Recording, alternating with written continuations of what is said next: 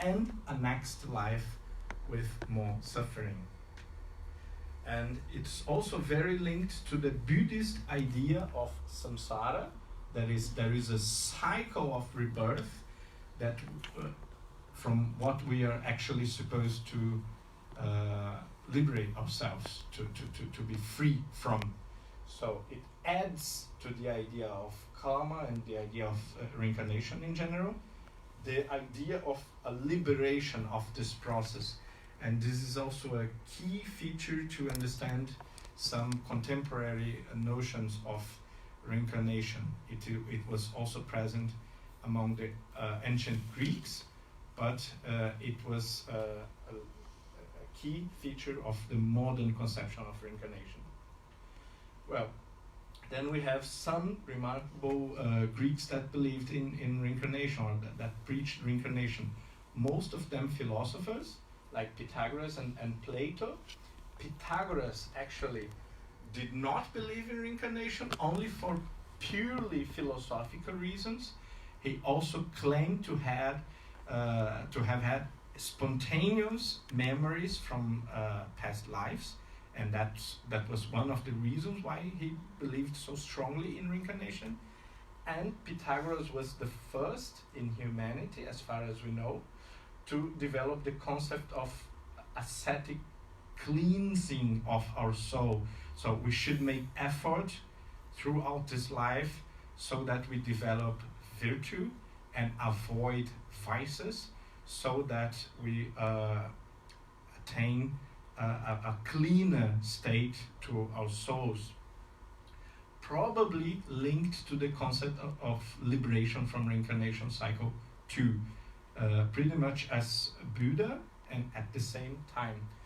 And he was one of the very first, at least the first in the West, to believe that women and slaves deserve respect, because there is only one type of soul, he believed, and the same soul can come as a slave and as a master, as a woman or as a man. So there was no reason, according to Pythagoras, to discriminate any group based on the false ideas, the current Greek ideas that slaves or women could be deprived of the conditions of, for example, reasoning or at least citizenship. Socrates, Pindar, and many others believed in reincarnation. We also know that because they were members of the mysteries of Eleusis. Eleusis was a very tiny village, very close to Athens, and a big part of Greek and Athenian intellectual society met there in this cave, and they had many spiritual experiences. Among them, we are pretty sure that they had memories from past lives, or they stimulate somehow regressions or memories of past lives, and that was one of the core beliefs of this group. And probably Plato was also a member of this group, and much after the Athenian times, the Pericles century time, the great Roman Cicero was also a member of the Eleusinian mysteries, and he spoke a little bit about that. Well, Plato finally is the great author, the great. He is assumed to be the creator of the idea in the terms we better understand it. He said, well, the soul cannot be material, for the soul knows eternal laws and forms. This is a core concept of Platonic thought. He believed that if we could have access to knowledge that is permanent and cannot change in any circumstance, and is completely independent of culture, time, or whatever other circumstance we can imagine. For example, 1 + 1 is 2, and the triangle, if it's inscribed in a even surface, it has necessarily 180 degrees of internal angles. It has necessarily 3 sides, and so on and so on. So this knowledge is not an empirical fact. It's a fact of the intellect. It's a reality of the intellect, and it does never change. And the fact that we have many knowledge and access to many ideas that never change is, for Plato, a proof that part of our constitution, part of the human mind, is also eternal, because we can relate ourselves and we can assimilate things that are permanent, eternal, not subjected to change. It's very important to the conclusion that follows. Well, he also developed critical idealism, and that means Plato was creator, the inventor of the scientific mind, of the scientific method as we understand it, not of the sciences that were created after the Renaissance, but he was the creator of the critical mind that we use in all sciences, that separates truth from falsity and so on. And it says, well, it is not sustainable to say that matter produces thought, for matter is a concept. It is an idea, it is a term coined by thought. And as deep as our thought goes, we cannot avoid starting from the thinking itself. We never start from matter. We never start from a thing as it is in itself. We start seeing, perceiving, analyzing, judging, saying or speaking about it, and that means all sciences come from thinking and not from the material world. It is still valid. It was not deeply challenged, although it was challenged by some philosophers, and it is still a part of our most contemporary recent philosophy of science and epistemology, the ideas that we have about how knowledge is created, how it is structured. And thinking is necessarily the absolute departing point of science, therefore. Since thought both primary to and is unaffected by the dissolution of matter in any way, thinking substances, that's the prerogative, are not subject to the destruction and disaggregation of matter. The thinking substances, therefore, are immortal. That means they are not subject to destruction of disaggregation as material objects are. Well, we would not be able to conceive these ideas if we were born without any previous contact with the truth, a reality of spirit, and here it comes. Thus we have some previous experience with incorruptible, eternal principles and forms that we can now, through reflection and meditation, remember. So we come back in our mind to a state where we actually saw reality as it was, as spiritual. Our souls may have lived before, so that this knowledge is available in it. But somehow we, or at least most people, and that somehow suggests to us that Plato knew people for whom it was not the case. At least most people forget about their previous lives. So the philosopher, however, can grasp this possibility through sheer meditation and reflection, although he realized that also some people exist also that remember it spontaneously without necessary philosophical training. Then he writes about that in many books, but two of them are very important: the Federal and the Republic. in the Republic, it is said that souls pass through a process of forgetting. When they incarnate, some people may remember about the myth of drinking from the water of forgetfulness, and then the souls are clean from their memories and they are ready to start a fresh new life because they are now innocent. That's what we see in children. They are prepared for a new start. The myth is very likely a symbol to the fact that souls forget their origin in the contact with the flesh. So Plato was really not naive. He probably did not believe or meant that souls really drink from our specific water in the geographical, some specific geographical region in the spirit world, and it was probably just a metaphor. In many other passages, Plato suggests that material bodies may impede or reduce properties of the souls. What is also true for many other reincarnation theories around the globe. So it is a very, very universal trait or feature of reincarnationist theories, that the flesh hinders somehow the activity of the soul, and the soul is less free and less perceptive while in flesh. Plato also stresses that moral behavior and mental life have consequences to the state of soul after death, as for the next life as well. Not only for the next life, but also for the state of our afterlives.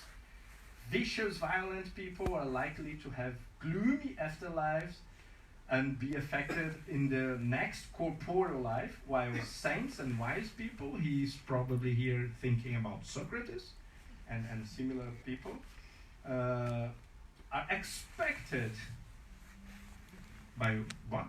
They're expected by reason to have noble and happy afterlives and peaceful returns to the body. He almost certainly had Socrates in mind.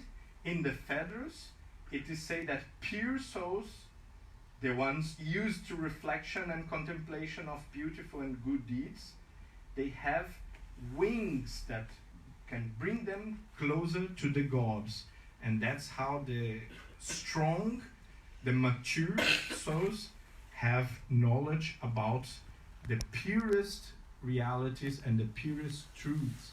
Because in the spirit world, they can travel higher and to a more pure region where they have contact with a purest reality. When they come back, they have semblance, or they have memories, we could say, some sort of memories of this higher reality, and that's why they are prophets, saints, scientists, great artists, and so on and so on. Because inspiration is too fresh for them to inbreed it in the souls. Now we have to take care with spiritist or anthroposophical propaganda.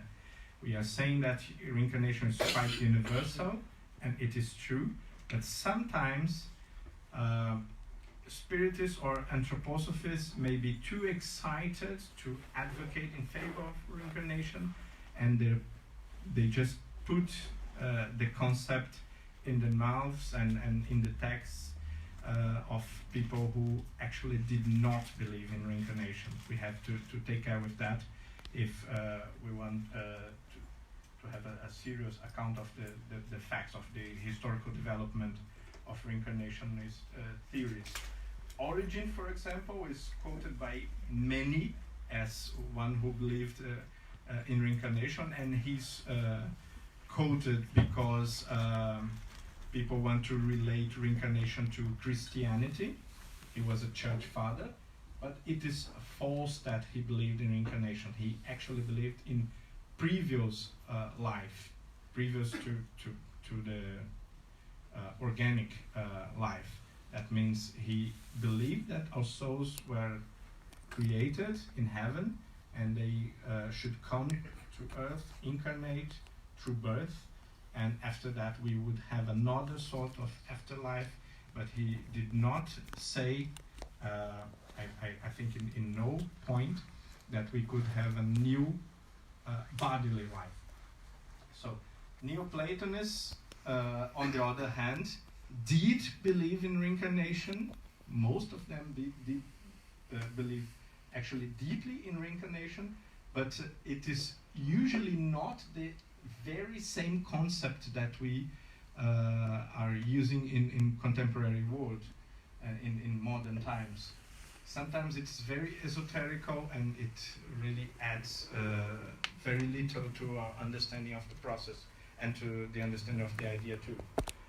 On the other hand, Porphyry and Iamblichus believed that humans could never reincarnate in animals, and they also believe that it would ruin the moral order. So they refined the reasoning about the process of reincarnation and its connection to the moral order and the mechanism of reward and punishment that was at the time widely believed. Well, now we have a very important book from Helmut Sander. He's a professor of compared religion, Geschichte der Seelenwanderung in Europa. It is more or less the history of the transmigration of the soul in Europe, and it is a general history of reincarnation in Europe. Quite good one, very good reference material for the number and variety of conceptions of reincarnation. But it has a bias, a limitation, because the book is focused only in Europe, and it could lead to the idea that it is a cultural trait. It's a cultural specificity of pagan Europeans. On the other hand, we have Helmut Obst, a Lutheran theologian in one of the most important, one of the most orthodox Lutheran strongholds, Lutheran academic strongholds in the world, the University of Halle. The university is called Martin Luther, and he wrote a Weltgeschichte, or a universal history of the idea of reincarnation. That's a more important book because it shows reincarnation as a rather universal concept. He starts with Central Africa and Sub-Saharan Africa, where a number of tribes and cultures believe in the return of grandparents through the act of fecundation. So the Isambo people, for example, relate streams that connect grandparents to newborns. Specifically, that grandmother or that grandfather will born again as the son of X person. The Jesuits in America in colonial times described a number of American tribes that hold such beliefs, among which the Hurons and the Native Americans of Delaware are some of the most remarkable cases. They were very, very convinced of reincarnation. And in South America, the Tehuelche people they never mourn because the dead will be quickly reborn. So there is no reason to mourn. And in Australia, it is so common that we come to a sort of ridiculous situation where wanderers, maliciously, they may claim to be reincarnated relatives in order to be accepted and in order to receive help from a tribe.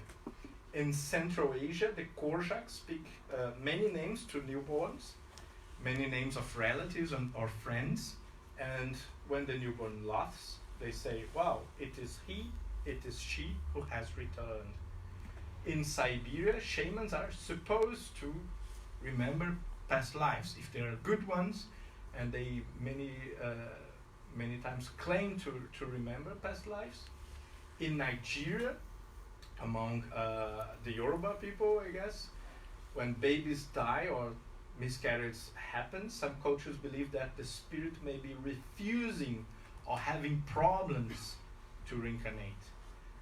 The Fox people in the US, the tribe of the Fox, that's pretty sad. When babies or children die, mothers lay on the grave and ask their spirits to come back to their wombs. It's quite a striking thing to hear about. Julius Caesar was the first to describe reincarnation among the Celtic. He linked that to the fact that the Celtic were a very fierce warrior folk and never feared death in battle. And Lucan, another Roman, said the same about the Germans.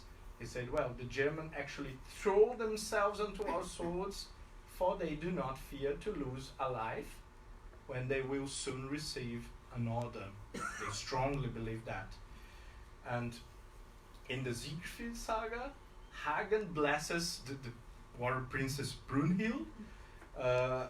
May you be reborn many times. And that's quite interesting, because it's one of the core Germanic myths, and reincarnation here is seen as a bless, and come back to earth is seen as a bless and not as a sort of punishment, as it usually is mostly in Oriental religions, and also very frequently in modern ideas and modern conceptions of reincarnation. Well, in medieval times, Catholic believed that the emperor called the Great was actually Charles Martel reborn. So the concept was so strong among the pagans that even after they became Christians, they still believed they still believed that for a while. After a couple centuries, the idea was erased from European culture. That leads us to the very specific case of the Abrahamic religions. Well, this is maybe one of the central questions that we could use to challenge the idea of reincarnation and the idea of universality of reincarnation. Why do Jewish, Muslim, and Christians not believe in reincarnation? This is a very, very important question. And it may be linked to religious warfare, warfare for authority, for political power, the idea that all the truth is in only one book, a pretty bad idea, but very, very popular one. And also the fact that reincarnation was a threat to the social order. When you have slaves, when you have a very large gap between nobles and servants, it is quite unpleasant to the ones on top to believe that they could reincarnate as servants or as slaves, or that the slaves could reincarnate as rightful heritors of the kingdom. But we have some remarkable exceptions. The Kabbalah of the Jews, which is the core mystical tradition of the Jews, preaches reincarnation. Maybe the most important mystic in all history of Islam, Rumi, believed in reincarnation and spoke about that very explicitly. And we have also some Christian heretics like Cathars, Giordano Bruno, a very famous scientist and philosopher. And we may imagine that many anonymous Christians did believe in reincarnation, but they were either burned or they were not registered in history for some reason.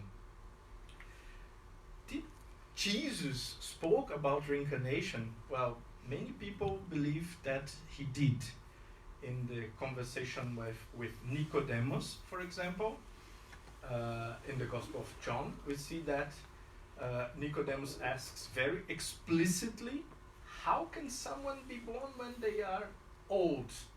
Surely they cannot enter a second time in the mother womb to be born. And interestingly, Jesus here gives a quite vague answer. He did not say yes or no, but he stresses that some sort of rebirth is absolutely necessary. Some people interpret it as a reference to purely mental reset or mind reset, while many others believe that here Jesus was speaking about reincarnation. And there's another famous passage from Matthew 17 when the disciples are discussing the return of Elijah. Elijah was supposed to return to fulfill the prophecy of the old Jews, and Jesus said, well, Elijah had already returned and you did not recognize him. And the disciples and other people at the moment realized he was speaking about John the Baptist. So it's maybe the clearest reference in the Gospels. And then we jump straight to the Enlightenment. Not that we do not have many references in Middle Ages and in the Renaissance, but just to shorten it a little bit, we have Lichtenberg, who was a very important physicist and philosopher in the middle of the German Enlightenment. He was a strong advocate of reincarnation. Charles Bonnet, a French Swiss. Amstel Ruiz was very convinced of it. David Hume did not believe it, but he said, well, among the options that we have to think about an afterlife, reincarnation is the one that is more appealing to reason, the more consistent, while the other ones, like resurrection of the bodies, are pretty difficult to swallow for modern thinkers. Wieland said that marriages, instant antipathies or instant sympathies could be or should be related to our deeds or our relationships in previous lives. Goethe claimed to be quite certain that he lived in Rome and that he was there a poet in ancient times.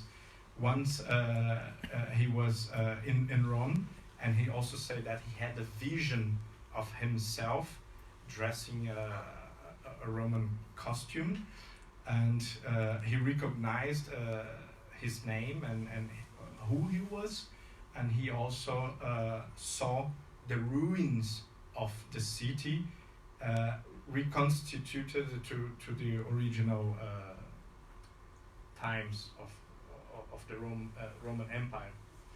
Lessing is here the most important person.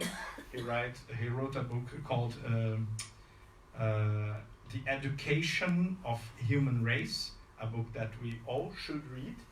And he said that reincarnation was the rational solution to the problem of discrepant progress, as many people in the past said, but he also had a very, very important new concept, that revelation was progressive, that we had a revelation with Moses, and the revelation of Christ actualized and improved the old law, and with time we had the Greek thinking, the philosophical thinking incorporated to Christianity, and until the modern times he could realize that revelation was improving in the ways we understand it, in the ways we practice it, and it won't stop improving, and it won't stop giving space to new ideas. And then we have the very famous medium Swedenborg that helped spreading ideas not only about reincarnation but also about mediumship and the spiritual world. And we have the most important of modern philosophies, probably, Immanuel Kant. He mentions reincarnation only once in one book, but he does it very strikingly, because he not only believes in reincarnation, but he also believed that planets, the worlds, they have different spiritual atmospheres, and Earth was supposed to receive only sick souls and criminals, while after the progress we become average souls with average conscience. We should move to gaseous planets, and after the long process of evolution of the soul, we should inhabit the light mansions of heaven or something like that. Now we close the chapter about history and come to hypnosis and regression to past lives.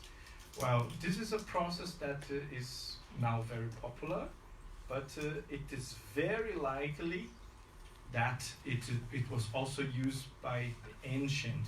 We know about the concept, the Egyptian and Greek concept of healing sleep, while people were removed to temples, and because of the atmosphere of the temple, because of prayer and maybe other processes similar to hypnosis. Hypnosis actually means sleep. They managed to talk to people while they were sleeping, and it could lead to healing process that was very acknowledged, very recognized by the ancient people as a very effective one. Well, we know also about Albert de Rochat, who was one of the first to introduce hypnosis as a process, or actually mesmeric magnetic paces, to induce regressions to previous life, and they took note of many of these regressions. And very recently, Brian Weiss, who was a psychotherapist, and he wrote about several cases that he had in his consultory. On the other hand, the child psychiatrist Jan Stevenson is maybe the most important figure of the 20th century on reincarnation. He realized that children had a very specific mental problem of speaking too much about previous lives, about the time when they were grown-ups, and the professions they had, where they lived, who were in their families, and so on and so on. And it was easily solved at the time as fantasy. It was discredited as fantasy, or solved by strong medicine. So the children stopped speaking about that. And he was very revolutionary in the way that he just made the question, why children actually say that? It's a very interesting trait. We should explore more. We should do more research on that.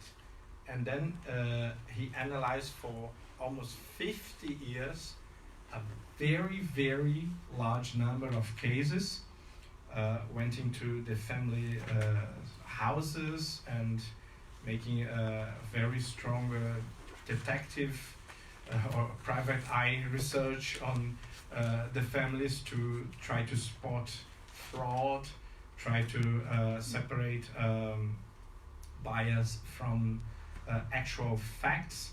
And after many hundreds of analyses, he collected 20 cases that he said, wow, these are strong evidence or very, very suggestive cases of reincarnation proved by evidence. He was very humble, not to say that it was a definitive proof, but he said, well, it is quite suggestive and people should look to it. Robert Almeida, who is my friend, I'm very honored of being his friend.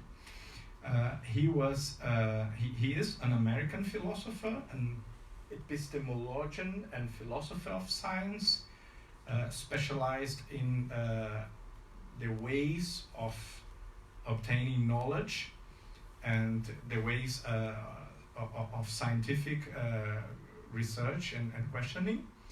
And he was also a skeptic and a materialist, very convinced, hardcore materialist. And he was once in his house watching a documentary about Jan Stevenson, about the previous slide.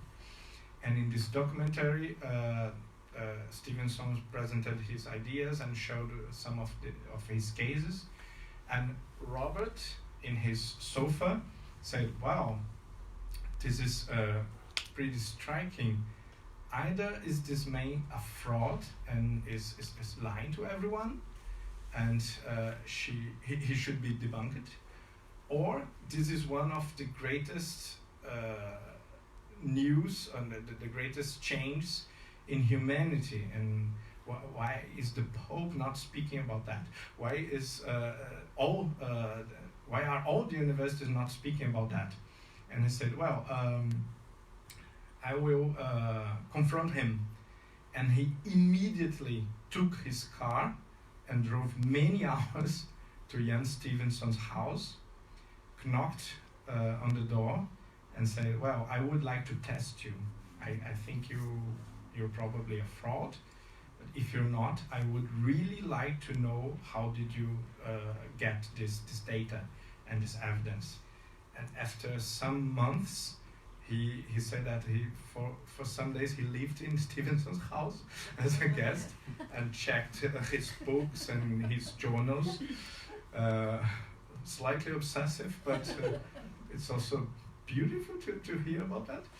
And after a while he said, "Well, reincarnation is a fact, and I'm not a materialist anyone, and everyone who checks the data of Stevenson and does not believe in reincarnation is irrational." That's the conclusion, the very strong conclusion that he brought to light. Well, we would like to finish here saying that many other aspects of, many other details of this different research could be analyzed more carefully. We have historical data, we have the purely philosophical arguments that come from Plato but are refined through many other philosophers, including many Neoplatonists, but also others that are not directly influenced by Plato. It is a pretty strong argument because people of the stature of Kurt Gödel, one of the greatest logicians and a very, very keen, sharp mind, he also offered some arguments in favor of reincarnation. There is also the evidence from some revelations of old religions, and the case of hypnosis, the case of spontaneous memories from children. I believe we are obviously allowed to discredit these sources, but it is interesting that there are many and that they are very universal. They are not centered to a specific culture or to a religion that is biased to enforce the belief in reincarnation. Children who remember past lives, they are not necessarily from families where people culturally believe that. Many cases of Muslim children and Christian children, be they evangelical or Catholic, it doesn't seem to make a great difference. A very, very large number of children have these memories. We are now in the University of Juiz de Fora with a big project, thanks to Portuguese funding of PIAL. We have this big project running and collecting a very large amount of narratives of memories of previous lives in children. We would like to have news from you, to hear from you if you have any contact with families that have children with such experiences. And well, I hope this is a good invitation to read more about that, to know more about that and reflect. Thank you so much.